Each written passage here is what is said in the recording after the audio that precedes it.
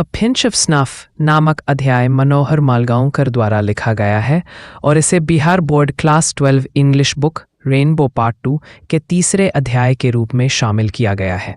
यह एक हास्य प्रधान लघु कथा है जिसमें लेखक ने भारतीय नौकरशाही और दिखावे की प्रवृत्ति पर व्यंग्य किया है।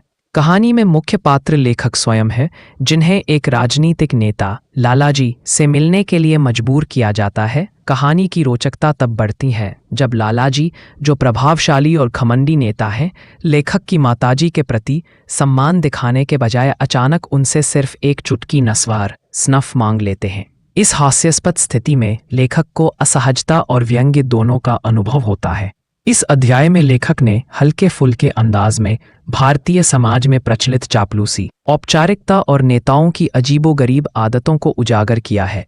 यह कथा न केवल मनोरंजक है बल्कि उस दौर की राजनीति और सामाजिक व्यवहार पर गहरा व्यंग्य भी प्रस्तुत करती है। यह कहानी हास्य व्यंग्य शैली में लिखी गई है, जिसमें लेखक ने भारतीय मध्यम वर्गीय जीवन की झलक और सरकारी तंत्र की बेतुकी औपचारिकताओं को मजाकिया ढंग से प्रस्तुत किया है।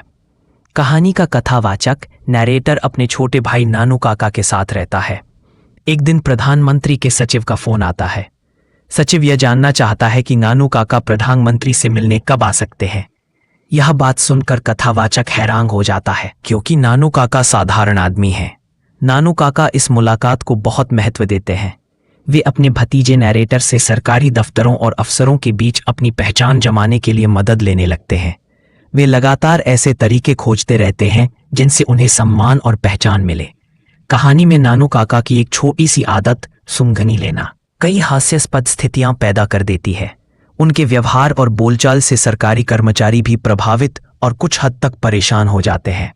लेखक ने बड़े हल्के फुल्के अंदाज में दिखाया है कि किस तरह भारतीय समाज में संपर्क, दिखावा और छोटी छोटी चालाकियां लोगों को ऊंचे पदों तक पहुंचा देती है। अंततः यह कहानी भारतीय नौकरशाही, चापलूसी और रिश्तेदारी पर आधारित व्यंग्य है। इसमें हास्य के साथ साथ यह सीख भी है कि हमारे समाज में व्यक्तिगत आदतें और जुगाड़ कितनी बड़ी भूमिका निभाती हैं।